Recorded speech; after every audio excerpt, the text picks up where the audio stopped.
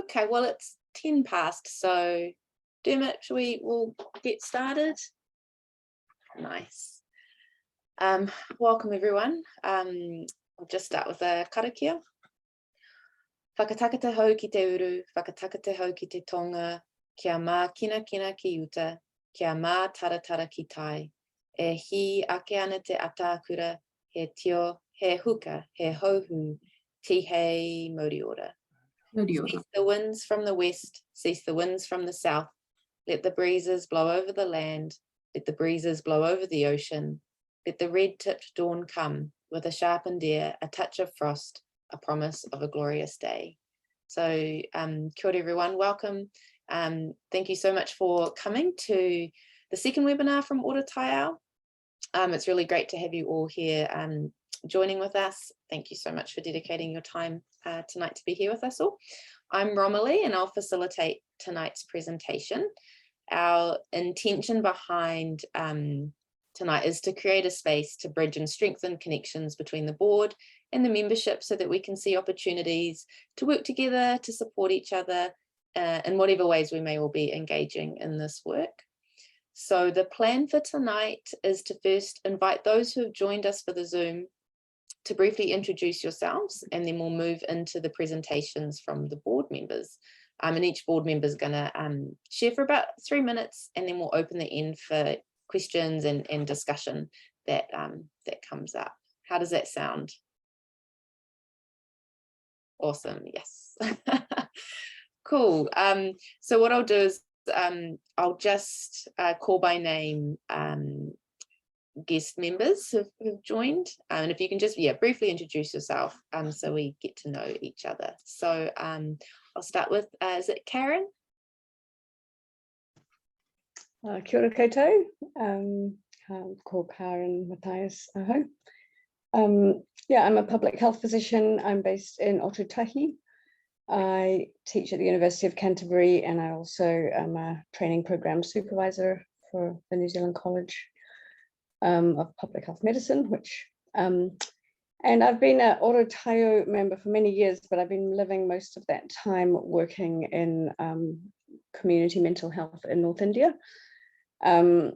So happy to be back now in Aotearoa, and keen to just support however much I can. I've got lots of things I volunteer in, but so that's why I haven't really put my hand up yet, but I'm pretty happy writing submissions and things. So really nice to see people, and be really nice to kind of get to know more who's in the machine room. Kia ora. Awesome, thank you, Karen, and welcome. Marion? Hi, kia ora all. I'm Marion. I am a physio and I am in Wanaka, and I'm really concerned about climate change. And I'm really involved with another organisation, Protect Our Winters, which more works with the outdoor community. And sometimes I find it kind of frustrating that when I kind of walk into the physio clinic, there's almost this like expectation that I take my kind of climate advocate hat off and put my physio hat on, and so it's really nice to be surrounded by other health professionals who are also concerned about climate change and can see the connectedness there. And I'd like to try to get more physios and health professionals to be like us. Awesome, thanks for coming, Marion. Pete?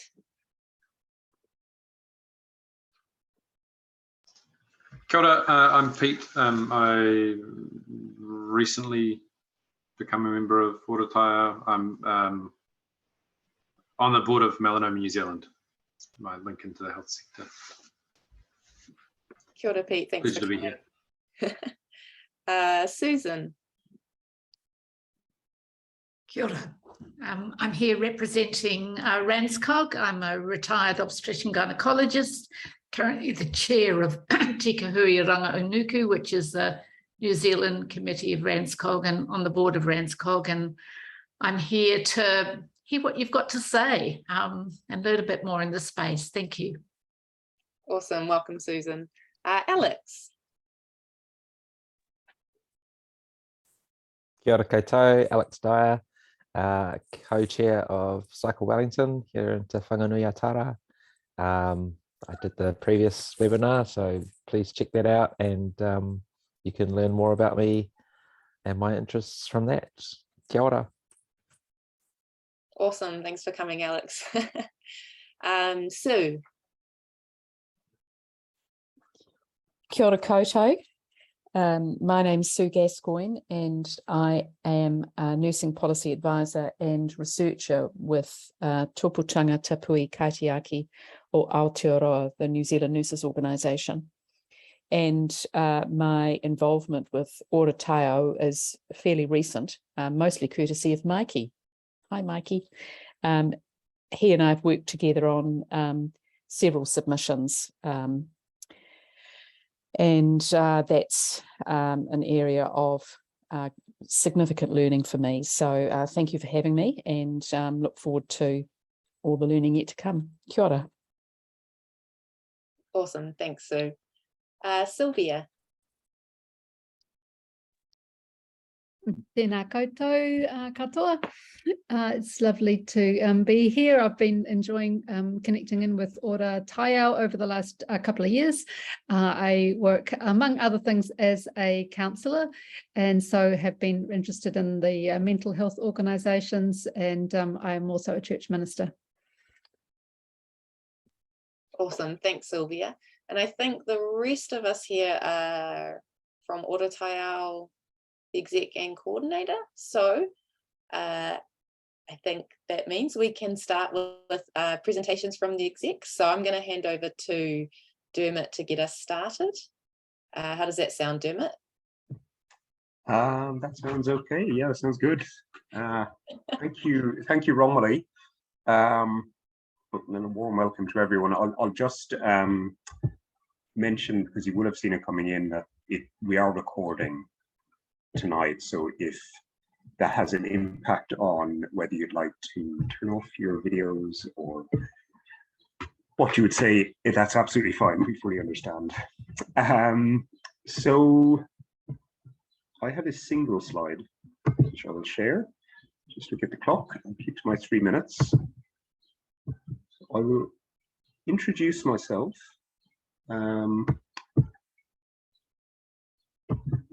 Yeah, here's my single slide. And tonight, I don't get much of a chance, but I'm actually going to introduce myself in Irish, if that's okay. So, it's Misha Dermot Coffey, August is us Kiri in Éireann o Buchas Bay, August Tom Imokonianish in Otatahi, Christchurch, one of the anseo fihidli in him, August it's even Lomantir. So I am Dermot or Dermot Coffey, either is fine. I have 2 names. And I grew up in a little part of Ireland called kind of Kerry down in the southwest, and moved to New Zealand 20 years ago this year. We arrived in Wellington and Hamilton, and I've spent time in Hamilton, Wellington, and now in Christchurch for the last 4 years. And I am one of the co-convenors, and I didn't really know what to prepare for tonight. So I said I'd just briefly touch on 3 topics. One is essentially where I'm from and who I am, which is that I am a GP and I work in student health in Christchurch. And I've been on the board of OraTaiao for 4 years, and I took over one of the co-convenor positions in 2020, just after the pandemic had started. And it's been a real roller coaster ride, but there's a fantastic team and excellent support right the way through. And it's been really rewarding. I'm not a particularly enamored of my job as a doctor, and this gives an outlet to really see some actual real gains, happening in real time, and feel like you're making an impact, which is fabulous. The second thing I said I'd mention is, because I wasn't sure I'm going first, I wasn't sure what other people were going to say, but my own personal, not OraTaiao, but personal feelings about climate action at the moment and where I see us fitting in. And my strong belief is that the messaging that's getting out there is not getting through, and that the bare scientific message is not going to be enough to inspire climate action. That's what I believe. And I believe as well that we are positioned in a really crucial place between the scientific and the kind of human aspect in healthcare, and that we can humanize that bare scientific message and really make people see and feel the benefits that we can get from climate action. So I think we have a really, really important role. I think we have an ethical obligation as health workers to advocate for climate action. And I've kind of become maybe a bit more entrenched in my beliefs around that recently, that I think we need to, as much as possible, to kind of galvanize the healthcare community, acknowledging all the various stresses that exist at the moment, but we can make, and we should make, and we will make a big difference. The second thing and final thing I wanted to mention is a very, I suppose, kind of personal interest of mine is, the reason I introduced in Irish tonight is that I suppose minority languages in the broader sense, but Irish in particular for me is really important, and increasingly important part of my life. It's growing up in Ireland is something that is not my native tongue, but we learn it from a young age, and then didn't speak it for a long time, and I've kind of come back to it over the last probably 7-8 years. And I strongly believe that, strange as it seems, that minority languages have a really important part to play in climate action as well. I think that we overlook a lot of the time the sort of dominance of English in the climate field, and even using and speaking and learning to whatever level any minority language is really important. And it brings a different way of looking as well as a different way of speaking in. And, you know, there's a lot of parallels between the decay of Irish and threats and the colonial effects on Te Reo Māori as well. Not identical, obviously, but there are many parallels. And both languages, I think, can learn from each other in a big way, the successes that we can do. So that's my little tangent. And I will stop sharing, and I will say a warm kia ora to everyone. And I will pass on, well, back to Romelli, actually. So thank you all for coming. I went 2 minutes over. It's not too bad. I usually go about an hour. 3 minutes is quite hard. But we've got a little bit of time to play with today. So thanks, Dermot. The next person is Summer. Tēnā koutou katoa, tēnā koe Romelli, te kai Karakia I tēnei rā. Ke uria hau ngō Ngāti Maniapoto ki Otorohanga, e noho ana au ki Tāmaki, e mahi ana au ki OraTaiao, me kairanga hau au ki te rangahautaha whioko mō ngā kai o a pōpō o Summer Rangimārie Wright tōku ingoa. Kia ora everyone. My name's Summer. I'm one of the co-convenors of OraTaiao along with Dermot. So I guess tonight I'll just share a little bit about how I came to be an OraTaiao. I won't go through the whole life story, but I whakapapa to Otorohanga on this side. This is my great-great-great-grandmother, Mary, holding my great-great-grandmother in the Waipa River. But I grew up in Waitakere, which is, you know, that side, in West Auckland. So I feel connected to both of these places, and they play a role in my interest in climate and health.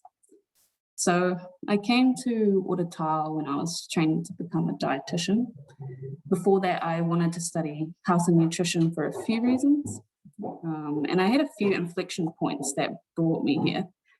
The first was when I was radicalized by YouTube as a teenager, when I watched lots of footage of industrial farming systems, which helped me to realize how our animal kin are being used for food and other things.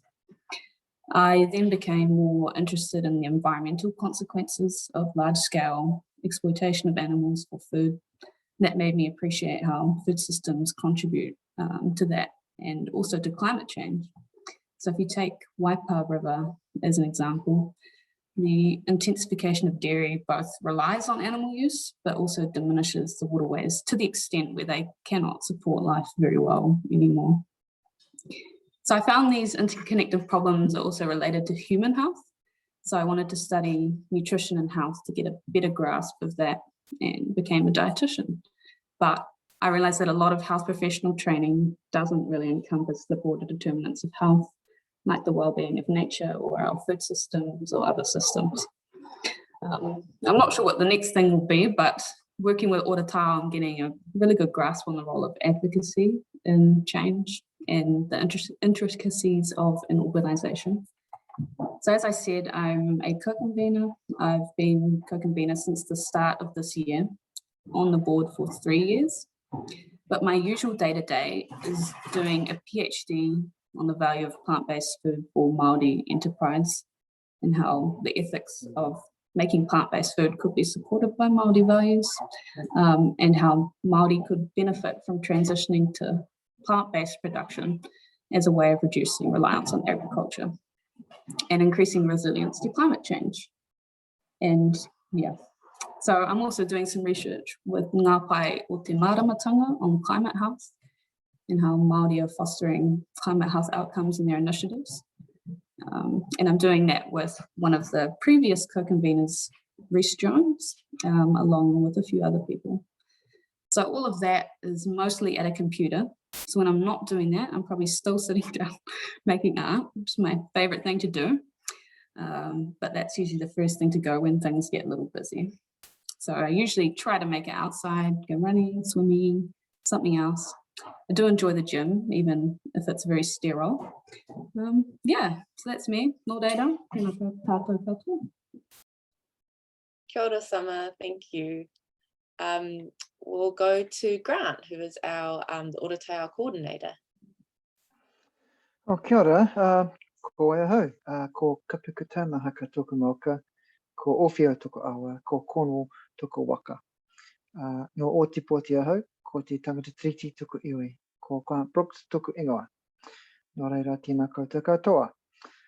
Greetings everyone, my name is Grant Brookes. I hail from Dunedin originally, spending my formative years at the foot of Mount Cargill, Kapukutana, and by the water of Leith in North Dunedin at the university. I am the newest member of the OraTaiao team, just over 4 months in the role of coordinator.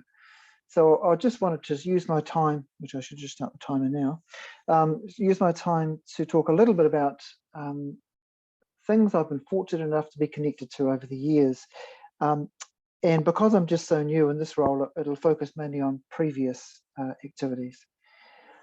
So as coordinator, I have 3 main areas of responsibility: communication with members, which includes the 6-weekly newsletter, managing incoming emails and generating replies in coordination with the conveners, and also maintaining and uploading material to the website. So that's the basic priorities, and then other stuff that I can sort of take on includes external communications, supporting campaigns that OraTaiao might be involved in, and supporting policy development for OraTaiao as well. But how did I come to be here? Well, I think that a key moment for me in my why, my journey, was discovering Naomi Klein, the Canadian activist. I came across her at the end of the 1990s with her first book, which kind of impressed me, No Logo, and have followed her over the years since. And what really impressed me was her film, This Changes Everything, which came out, her book and film, which came out in 2014 and 2015. And in that film, Naomi Klein came to realize that climate change was so all-encompassing that it couldn't be ignored, but also she said that it creates an opportunity. Climate change, she said, could be the best argument that progressives have ever had to create the kind of bottom-up movements that can not only create action on environment, but also fight economic inequality, create more democratic societies, rebuild a strong public sector, address historical gender and racial injustices, and a litany of other issues. And that really resonated with me, which is why I have dedicated my activism to issues of climate sort of in the last 5 to 10 years. Now, I see I'm running a little short of time, but I guess in summary, my experience won't be too dissimilar from others on this meeting, that a lot of energy is expended in this area for little apparent gain. I can think of all the submissions that I've been involved in, all of the debates that I've had, and yet, as we know, the climate continues to change and emissions continue to rise. So I'll just perhaps talk a little bit about a couple of examples where it has been possible to have a little win. And these are typically areas which are closer to home. So my home outside of OraTaiao is as a mental health nurse in Te Whatu Ora, Capital Coast, Hutt Valley, and as a union activist recently in the Public Service Association, PSA, and in the nurses organisation. Now, it's in those two organisations where I think that we members and participants in a democratic process are more able to generate change. The PSA has an eco network of 2,000 plus members who are committed to environmental activism in the workplace and society. And as co-convenor of that eco network, we were able to persuade the board to amend the strategic goals of the union to include goals of decarbonising the PSA and fighting for just transition in all of its work in the public sector. Similarly, in the nurses organisation, again, a more participatory kind of organisation than, say, Te Whatu Ora or other government bodies. There, I was able to represent the Greater Wellington region to advocate for divestment from fossil fuels. So NZNO had investments in fossil fuel companies as part of its portfolio, and we were able to convince the board through a democratic process to divest that and to participate in the divestment and fossil fuel divestment campaigns. And that indeed is where I first came across OraTaiao. That I think brings me up to date. Thank you. Slightly over time. Awesome. Thank you, Grant. Okay, it's my turn. So I'm going to have a go at sharing my screen.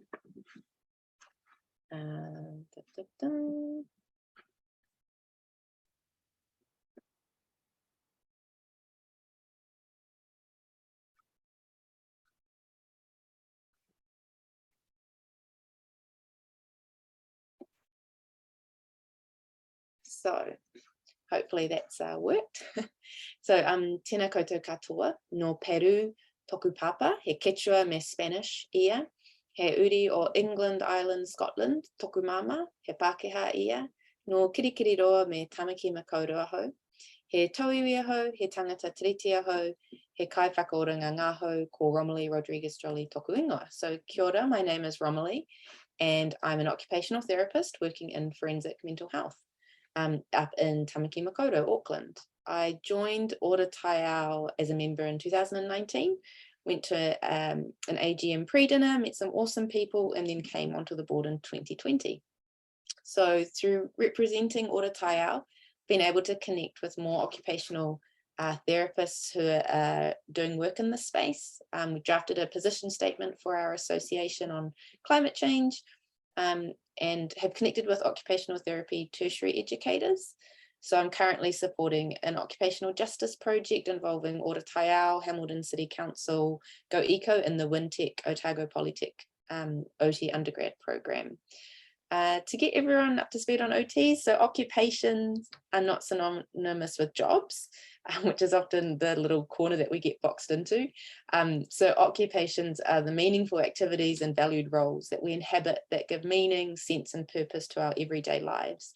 So you'll find occupational therapists working in many areas, helping people overcome whatever barriers they may be facing that are preventing them from participating in their occupations. So the challenge for us is that a lot of our occupations are dependent on fossil fuels. So I'm working on doing more presentations and work in the occupational therapist community to get us actively engaged in the discourse and to think about or to imagine what are our day-to-day occupations going to look like in 2050 or even earlier, 2040, 2030, if we're going to be living in a society with net zero carbon emissions. and really challenging us to think about our role in facilitating these transitions to sustainable occupations for ourselves, our clients, and our communities. The slides there are just sort of images of things that are involved in my day-to-day work, projects that we're involved in on the ground, just trying to stimulate those conversations so that, I guess, on a grassroots in the health, through our health professions, we're having those conversations with each other and seeing opportunities for us to do work. And, you know, what we do in our lives that impacts our communities. So that's me. I will hand it over to George, I think is next. So I will stop the share there. And yes, George, take it away. Kia ora tātou. Ko hau, ko George Laking toko ingoa ki te tā toko papa, he Pākehā ahau, no Ingarahi, ki te tā toko mama, ko he uri ahau a te whakatohea. My name's George Laking. I work as a medical oncologist in Auckland. Trying to set up my screen share, but allow Zoom to share your screen. Okay, cool. Right. Click the lock to make changes. Use password. Yeah, cool. Excellent. Right. Quit. No pictures, just talking. I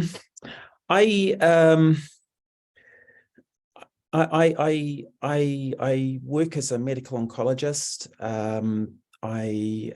My way into this topic was via tobacco, because I alongside looking after people who have cancer, as a student, I remember clearly a person came and talked to our class and said, if you really want to make a difference with your career and have some reach, get involved in health activism in some way.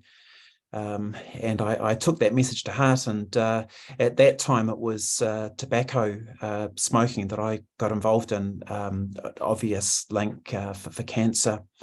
But then likewise with the Naomis, and I'm sorry, it's Merchants of Doubt, which is Naomi Oreskes. So it's a different Naomi from your one, Grant.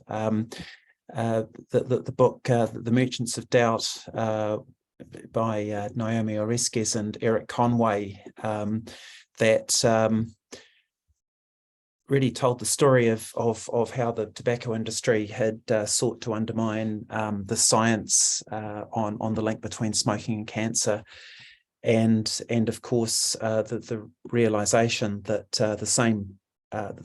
that this was writing the whole playbook for the reaction to the news from science about greenhouse gases and climate change, which, as we know, of course, greenhouse gases are but one of the planetary boundaries that our civilization is bursting through at present. So my way into this whole area was to try to push back against false stories told in relation to scientific truth. Made this whole topic quite compelling for me, and I first became a member of with OraTaiao in 2009, which was really around the time that it began, and that was due to my working association with Scott Metcalf, who was one of the original co-conveners, along with Alex McMillan. And the name OraTaiao had just been given to our organisation, by David Jansen, Rawiri Jansen, as I recall. OraTaiao environmental health, roughly translating. Copenhagen was happening at that time, and then that whole climate gate fiasco, and big focus personally was to try to push back against the misinformation going around about the causes of climate change, and then also to draw the link with health. So both of those have remained a huge challenge over the years. If anything, I feel I've looked on in despair and seen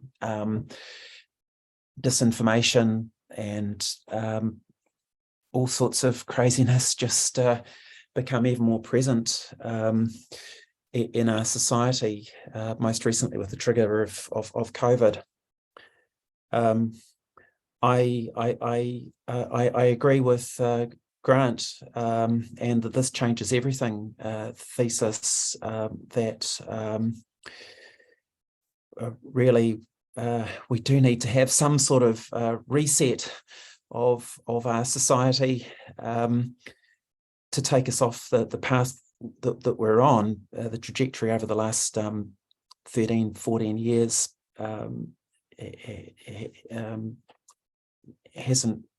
has not turned around in the way that we need it to for the sake of our future.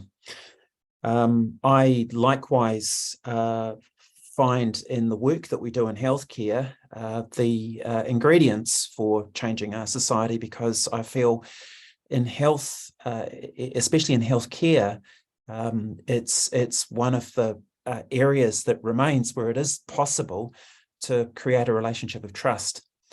And if we do that right, we really depend on relationships of trust to improve the society that we have, to get people trusting once again, and especially to have trust for our scientists who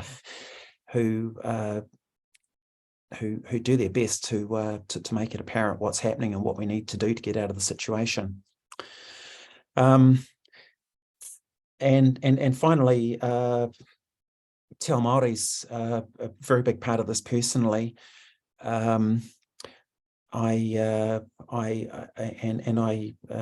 echo Dermot's remarks about the effect of language and taking having the ability to look at things from more than one cultural lens.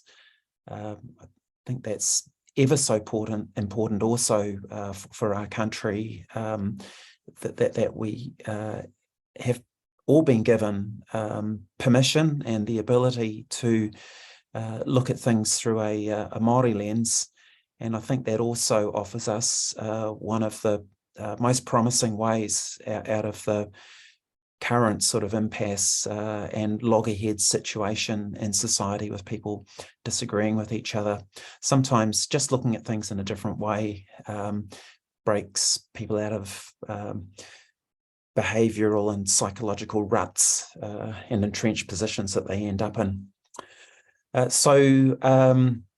Yeah, I've been part of the executive since 2009.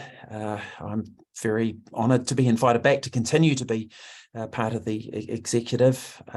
I try to exert what influence I can where I can, My main professional roles are developing how we work in the cancer field in our country. I also have a role with the Cancer Society of New Zealand at present. Previously, I did a lot of work with the College of Physicians. Thanks, everyone. I'm real glad to be able to take part in this whakawhanaungatanga evening. Kia ora. Kia ora, George. Thank you. We'll go to Bruce next. Cool. Kia ora, everyone. I'm Bruce. I study medicine at Auckland Uni. I've been passionate about climate change for quite a while, but don't think I've got a moment I can pin down like many of us tonight. If I had to guess, it might be something like Al Gore's Inconvenient Truth or something. At uni, I was part of the fossil-free uni team that eventually got the Auckland Uni Foundation to divest from fossil fuels. I've been involved with the execs since I think 2016, which feels like too long of a time probably. And at the moment, I'm not practicing medicine. I'm doing some global health and development research, a nonprofit which does some research consultancy for major philanthropic donors. I do that for about 4 days a week, and then on the other day, I do some independent global priorities research with some Oxford researcher, and I do some part-time grant making, mainly around medical technologies. And then I'm also getting involved in some UN processes, mainly around our common agenda and some of the future stuff. But yeah, I'm stoked to be here, and yeah, thanks. Awesome, thanks, Bruce. We'll go to Mikey next. Right, kia ora koutou. My name's Mikey Brenndorfer. Just get my slides working. I've put together a PowerPoint presentation that will can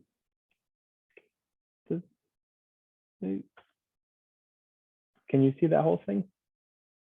Yeah, see, it has 20 seconds on it, so it's going to go real fast, so that it's real easy for you to listen to me and me not to talk too long. But I'm Mikey Brenndorfer. I'm a youth health nurse, almost a nurse practitioner, and I like to say that I'm a nurse troublemaker. I've been involved in OraTaiao since 2019. I'm originally from Canada, which is why my voice sounds funny. I grew up on this river called the Wabagoon River. My dad worked in that mill, and that mill was responsible for pumping 20,000 pounds of mercury into this river, killing Indigenous First Nations people from the 70s up until today. It still hasn't been cleaned up. And we moved to New Zealand to work in another river destroying factory, the Tararera River, which flows past the old mill my dad worked at, turned black from the chemicals that his workplace pumped in there. That's when I talk about my awa in Pepiha, the only way I can think of is how my family is directly involved in destroying stuff. So with that background, it's probably not too unexpected that I turned to activism at a pretty young age. This is about 20-some number of years ago, where I started getting more actively involved in activism, environmentalism, anti-war protests, animal rights protests.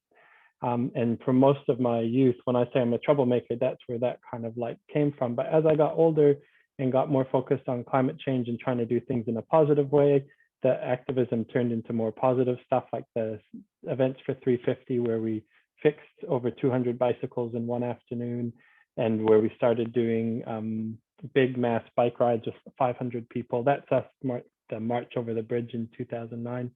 As I became a nurse and nursing student, I wanted to figure out how to combine my nursing with my activism. And that's what I've kind of done over the years, initially doing things like being a medic and providing medic supports at large protests, but also speaking up on the health issues. So that's a photo of me talking about the TPPA free trade agreement and how that impacts health. These days I work in youth health. And because I work in youth health, I'm really passionate about saving the environment for the young people I work for to support, but also supporting these young people as they face climate anxiety and climate catastrophe in the future. So helping kind of guide them through that and trying to bring all of that kind of together, my nursing and my activism. I'm now doing a bit more with OraTaiao in a structured way, which will be, you know, with, as Sue said before, writing submissions along NZ and with NZNO, writing articles and helping kind of frame youth activism as a positive intervention itself to help support young people with their mental health and youth development in a positive way and to counter climate change stuff. There you go, man. That timer really worked real well. Yeah. I had no choice but to kind of go as fast as possible. All right. Kia ora, thanks, Mikey. The next person is Ingrid. Kia ora. Everyone is so inspiring and amazing, and I'm so grateful to be here, and any work I do with OraTaiao I feel awesome about. So my name is Ingrid, and I've been on OraTaiao, the exec board, for almost a year now, and it started as from my student placement for my master's. And I do a lot of my operational work within the food systems working group, and I am an associate registered nutritionist. Oh, is that gonna go? Oh, too fast. So my registration and Masters in Nutrition, which I did in Ōtepoti, Dunedin, was centered around public and planetary health. And I'm most interested in how we can create a global environment that favors healthy diets, healthy food production, and simultaneously a healthy planet. And these situations do exist in like some blue zones and places, but they are rare. And I'm so interested in how we're going to figure out how that can exist in a modern world with our modern views and things, especially when we're so focused on consumption and it's oriented that way massively, and our connection with food is weakening. And I'm from the UK, which I'm here right now, and I see that most here. And so when I moved to New Zealand about 5 years ago, my environmental interests peaked massively, I think because the environment was so much in your face. And I'm still relatively new to this field, but my first introduction to research in this space was co-authoring a paper. Oh, it didn't come up. There it is. Co-authoring a paper looking at taxing food groups based on their greenhouse gas emissions. And taxes were definitely not my area of interest beforehand, but even I found the process and the results of that quite interesting. So if you want to read it, there it is. And it didn't deter me too much because I'm currently working on another paper with Summer, who's here today, and Alex McMillan and Beck. And we're looking at assessing Aotearoa commitments to national and international climate change agreements and setting down some evidence-based recommendations for transforming the food production system. And this kind of underpins, there's the thing again. This underpins all of my research and policy advocacy work, really, because we know there's a huge co-benefit opportunity in improving dietary and planetary health. And the food production system, at least in Aotearoa, contributes about half of national emissions. So this system, which produces high volume of food, may as well contribute to health while it's at it. Oh, there we go. I also do have a little side business offering online nutrition coaching and running some online social media platforms. I've, of course, found myself gravitating more towards the sustainability lens of food consumption and offering advice through that kind of lens as part of improving health with individuals. So along with one-on-one coaching, I do webinars and programs and digital resources. And so, yeah, that's me in New Zealand, and I'm actually moving to Australia next year. So I thought I would use this opportunity as a sort of networking opportunity. So if anybody knows anybody in Australia or has any work connections there that could link me in public health, nutrition, climate advocacy, I'm all ears. Just email me or connect with me on LinkedIn. Thank you very much. Awesome. Thank you, Ingrid. So we'll go to Tess now. Ora, I'm just going to share my screen. And hopefully this magically looks big. I learned a new thing. Tēnā koutou katoa, ko kotirana, ingarani, airana, pūrana, tiamana o Putipuna, I tipu akio ki whakatū, e noho ana au ki te whanganui atara ko Tess Luff ahau, nō reina, tēnā koutou katoa. So my name's Tess. This is a picture from, I think it's up Mount Arthur Way near Nelson, where I spent most of my kind of high schooling.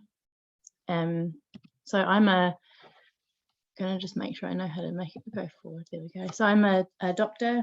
I recently gained fellowship with the New Zealand College of Public Health Medicine. So I'm relatively early on in my public health career, which is pretty exciting. During my training, after I did time in Nelson and Christchurch as a junior doctor, I worked with regional public health, which kicked off with a measles outbreak and then went straight into COVID. So it was an interesting introduction to practical public health. And then I worked with the ministry in the Office of Director of Public Health, again, COVID, but had some really interesting opportunities. That's me in the Cook Islands, helping them out with their quarantine-free travel, which is a pretty amazing opportunity and really opened my eyes around climate health and climate action from a Pacific lens, which I think is really important for us here in Aotearoa to think about. And that's me just after I passed my exams with my exam friends. And I now work for Te Aho Te Kahu, which is our cancer control agency. And that's, although it's not directly working with climate action, I'm really delighted to be working with them because they do have a really strong focus on equity, in particular equity of outcomes for Māori, which as a health system, we're not doing great in some aspects. But it also means that I've got a bit more time now, finished studying for other interests. So a relatively new OraTaiao member, but then also get to do things like convince my workmates to come tree planting, which is what that picture is. So pretty fun, and probably get a bit involved in some of the carbon neutral government program stuff with that workplace as well. Outside of work, I like biking. I got rid of my car about 3 years ago, which a conscious decision to do that. I like being outside, going into the hills and the trees, and I like playing music, and I like to mend things and keep them going, and sewing and things like that too. So I guess, this is a picture of Waimapiki Pole Hill, which has been officially renamed, which is a reserve up the Aroa Valley here in Wellington.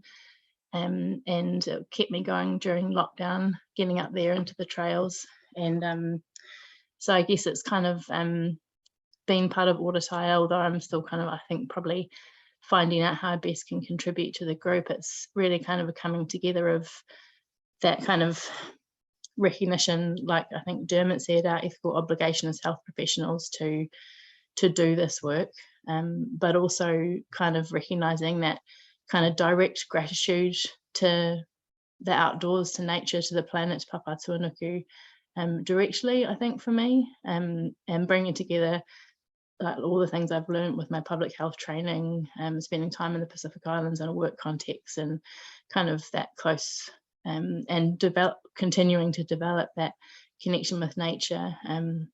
So yeah, and I guess also that kind of, which seems a bit incongruent, but that kind of understanding and experience, well, I don't know about understanding, but experience of central government, and how influence plays a part, and how it kind of ties together. So just really interested to join through this work a lot of those parts of my world together. So kia ora, that's me. Kia ora, thank you, Tess. And I think finally we have Corbin.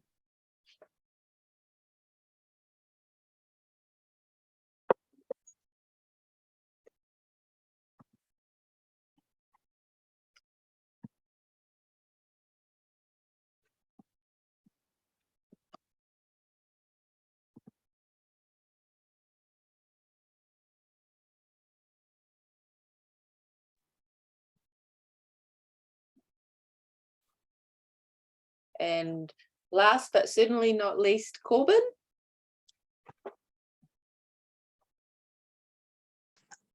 Oh goodness, aroha mai koutou. I was a little bit sidetracked there, but here I am. E rere tonu anu aku mihi e whakamanawa kia koutou e ahua. E whawhai ana mo te haura mo te tutaia.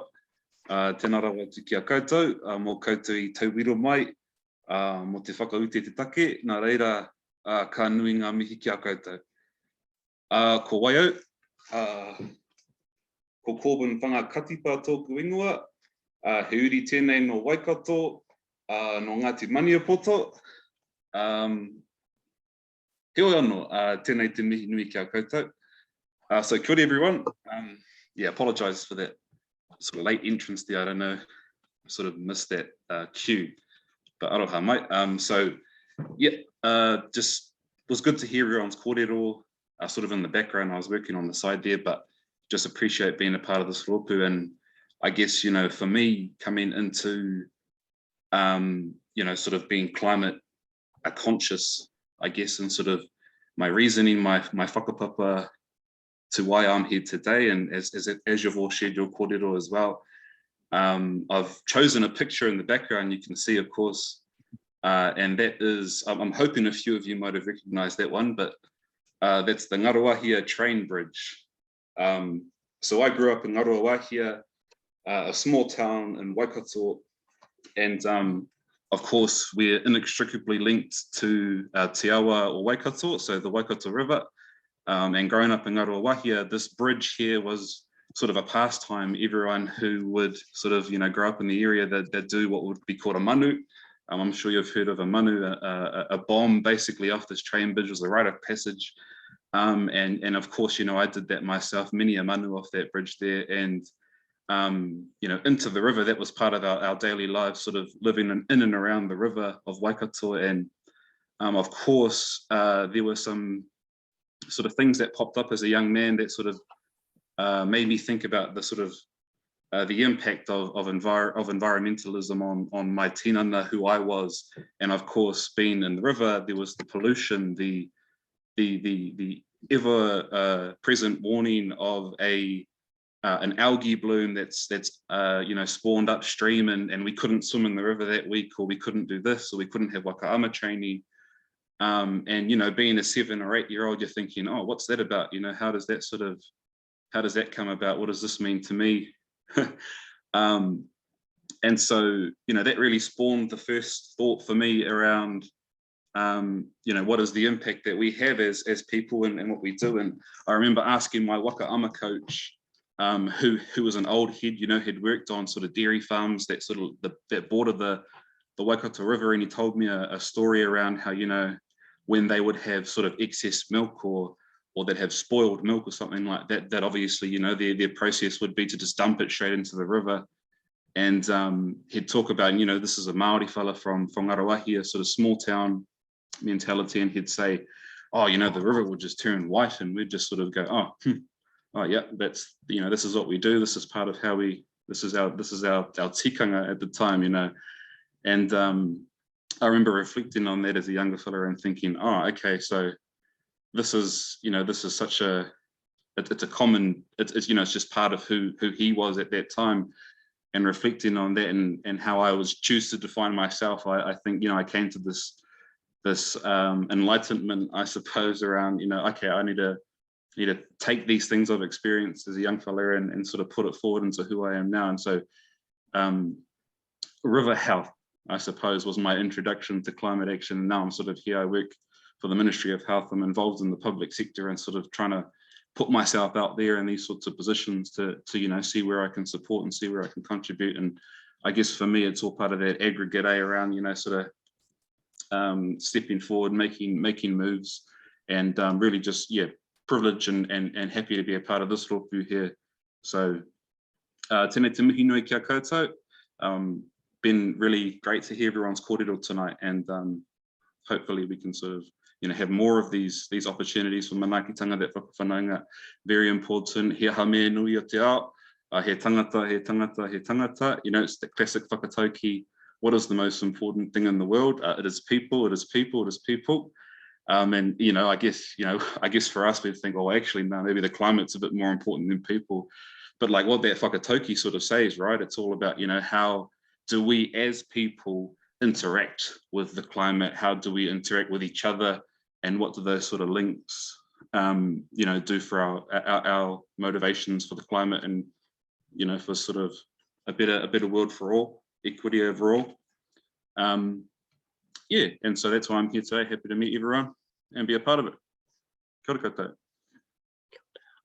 Awesome, kia ora, Corbin.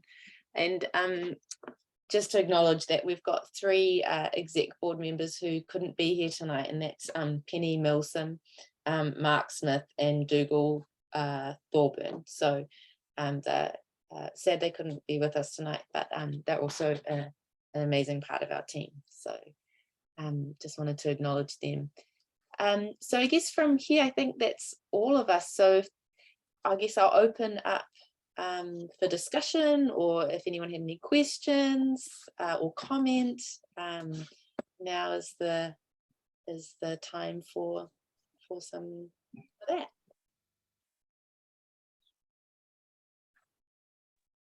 Do you guys all like chat amongst yourselves and have Zoom meetings without the general public then, or how's your kind of meeting and communication strategy?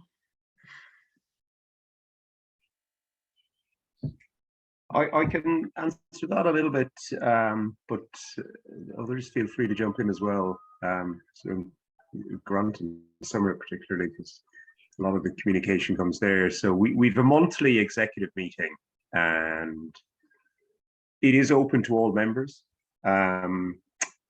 It's a little bit more housekeeping and planning and things like that. And probably not as much discussion as we would like. You know, I think a lot of it can be kind of governance-y things as well around the organization. Got the AGM once a year, which gets bigger turnout. That'll be next month. And communications then is primarily through the newsletter, which goes out on average about every 6 weeks.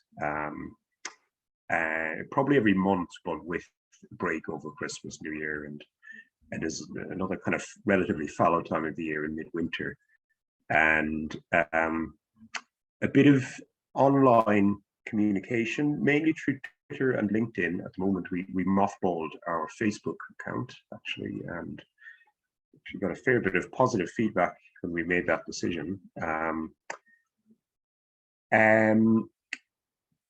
And I suppose the areas that we would like to work on would be bringing that.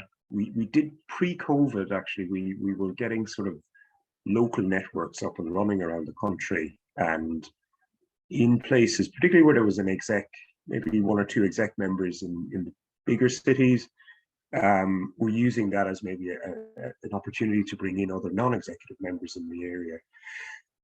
And that was going relatively well, but of course COVID put pretty much stop to all of that. So we've got one in about 2 weeks in Christchurch, actually. If anyone's keen to join us, let me know, because we can. I'll pass the details around. So they're kind of starting up again a little bit. Those are probably the main communication to members, I think. Would that be fair? What have I missed? Obviously, our emails and things are open. They're on the website. Easy to contact us anytime that way as well. Dermot, could you just explain a little bit more about the email group, which is called the OraTaiao team? Now, I've come across this, and it seems to be like the executive board plus other interested, passionate people, and it may be open. I don't know. Perhaps you could say a little more about that. I can, yeah. So we get, this is the one to whom I send the weekly email around. And so we get an email around essentially the executive board plus people who have been working on recent or kind of active submissions, and that goes around every Sunday or Monday night, usually Monday if I'm honest, and gives a little bit of an update of the areas in which we're working and the kind of upcoming submissions, upcoming work, meetings and things like that. So it's a kind of, as Grant said, an exec plus, and members who may be interested in getting involved in things. It's an easy way of keeping up to date with what's happening without necessarily the commitments of, you know, being on the board and things like that. And essentially, I personally have found it really good because people can kind of cherry pick the areas that they are interested in working. And they do actually. And I found that a lot of the submissions this year have been essentially completed by the time I get to them, which is fabulous from my point of view, and do a better job than I do, because it's things that people really have a, you know, an interest in and they're kind of passionate about and know really what they're really well what they're talking about. So that some of our bigger submissions this year on the Auckland, the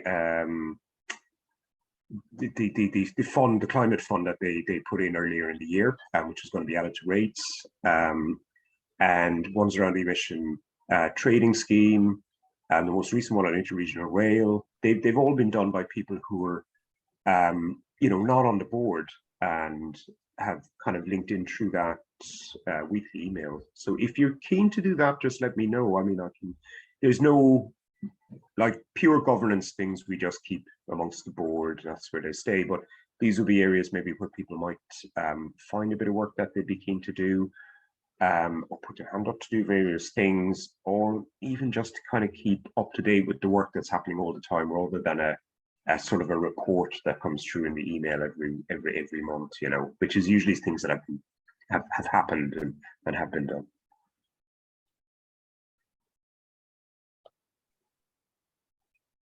I'm sure people read the email as well. I'm just in awe of the kind of the legacy that you've got of the submission process, and the way you folks seem to be so tied into what are the top issues and what's happening in government and how to. So can you just add a little bit more about how you figure out what systems need your input and how to do that? Yeah, no, feel free to jump in, anyone here. I would say it is a not so much choosing what we do, but narrowing down what we don't do, because the breadth of work that is available is essentially infinite. And for what's mostly almost entirely a volunteer organization, although we are, you know, to have a coordinator and to be able to pay for a coordinator for even a few hours a week is fantastic. A lot of the work is still volunteer driven, and we all have busy lives and we all have busy jobs, and so a lot of what we do is narrow down and actually take things off the list. I find our sort of allied networks, people like NZCAN, and the international organizations with whom we've done work, and are members of, like the GCHA and CAHA, which is the Climate and Health Alliance, who are kind of Australian based, but both those various groups are a really good way to find out the important submissions that are coming up.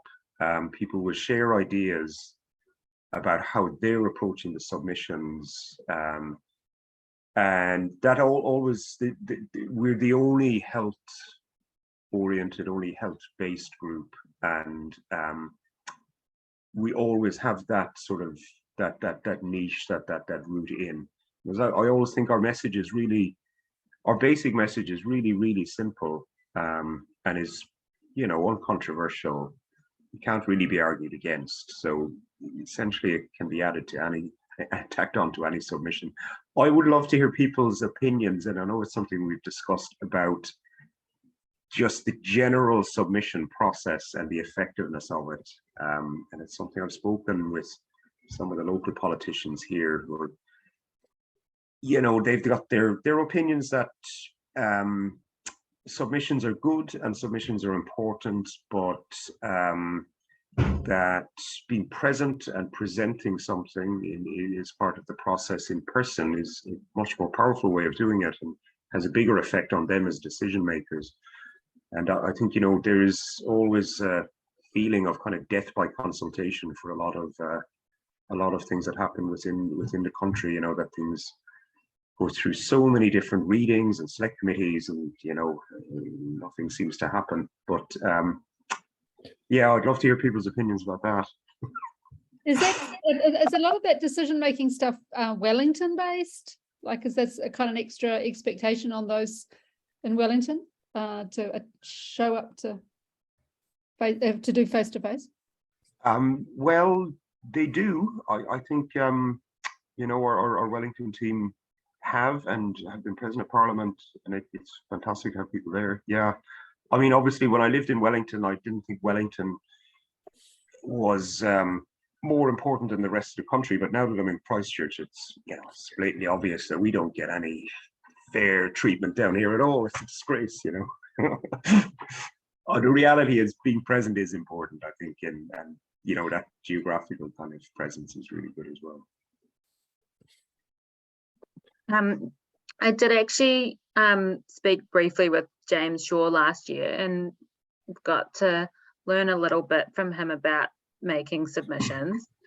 And I'm sure you guys do this, but just in case you don't, he was just really trying to make it clear that every submission needs to be unique. And if everyone just kind of copies the Greenpeace, for example, submission, that it all just kind of gets lumped in together and isn't really read or like respected as much. So I think if OraTaiao really specifically puts a health lens on all their submissions and really makes it uniquely theirs and clear that the benefits of trains, for example, which is kind of the most recent submission, are beneficial to health as well, then they'll be listened to a little more. And are you guys making an oral submission on the trains? I forget the exact name of the future of passenger rail. They were offering them online, I know. I ticked the not making one, but I can go back and tick the make one online. Yeah, I didn't realize they were offering them online, actually. It's probably something we should do more of. But just also to respond to your other point there, Marion, all of OraTaiao submissions are original. Yeah, we may take ideas from some of our partner organisations, but they're all written and submitted by OraTaiao. And if you go to the website, all the submissions are on the website as well, if you want to have a look. That's awesome. I'll have a read of some of them maybe. They have got shorter over the years. I think that's one thing we've been doing, maybe more frequent, shorter submissions. And a lot of actually the discussions, as Grant said, with these sort of allied groups around the country is to find out what they're doing so that we don't necessarily duplicate it unnecessarily, that we actually will maybe keep it in the submission, but it's clear it wouldn't be a major focus. And as you say, the health lenses, that's us, that's our kind of bread and butter. I just had a question. Yeah, I guess following on what you were asking, Dermot, about submissions and how much, what are the other options and how much opportunity for direct action. Even looking at how to get colleges more politically engaged. Public health medicine colleges only serving vegetarian food, but on the other hand, of all the 14 public health physicians in Christchurch, I can't find anyone to come with me on the bus down to the conference in Dunedin. So, we've got a way to go. Any success on those fronts, getting professional groups on side? We have had some success. I think it's fair. So we have a number of organizational members, and we have a number of signatories to our joint call for action. And there's an overlap between the two, but I think if you add them all up together, there's probably about 25 between the two groups. And many of those are the bigger colleges, College of GPs, College of Physicians, College of Surgeons, Nurses Organization, College of Midwives, occupational therapy college. I think we've got, you know, a huge number of the kind of health professional body in New Zealand is covered with it.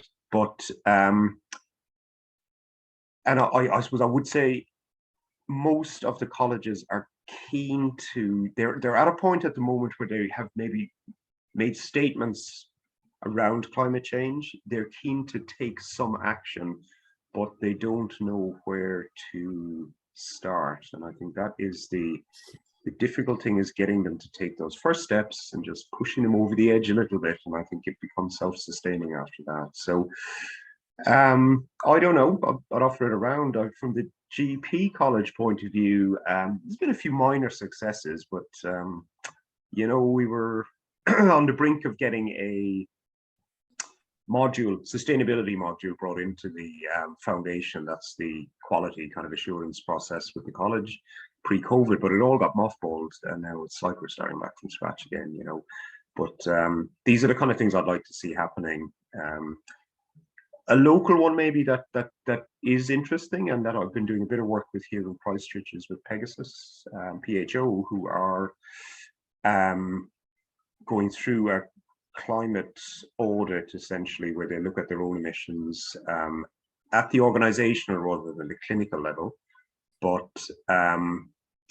they are keen then to use that as an opportunity to reduce the organizational emissions, come back re-audited in 6 months, and then be able to do that. So they've just started the first step on that, where the initial assessment will be done.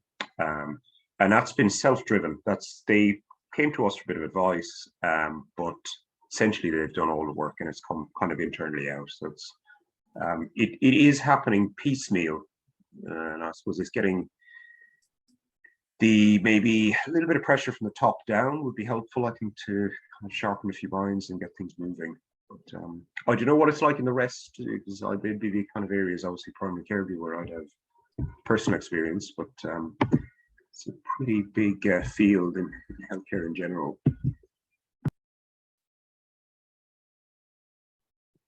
That your question, Karen, just made me think of like the role of the OraTaiao membership in putting pressure on the colleges or their professional organisation. And Karen's just mentioned something about trying to get the physio college on board.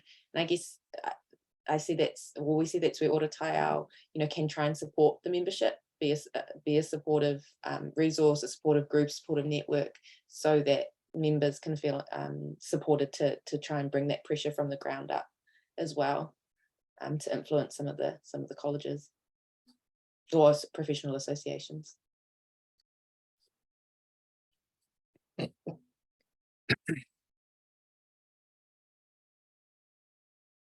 I've noticed that we're coming up to 8:20 and a few people are sort of leaving.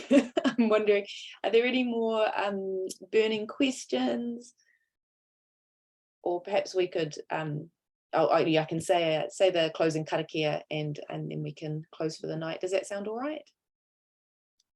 Yeah, awesome. Well, thank you again, everyone, for coming.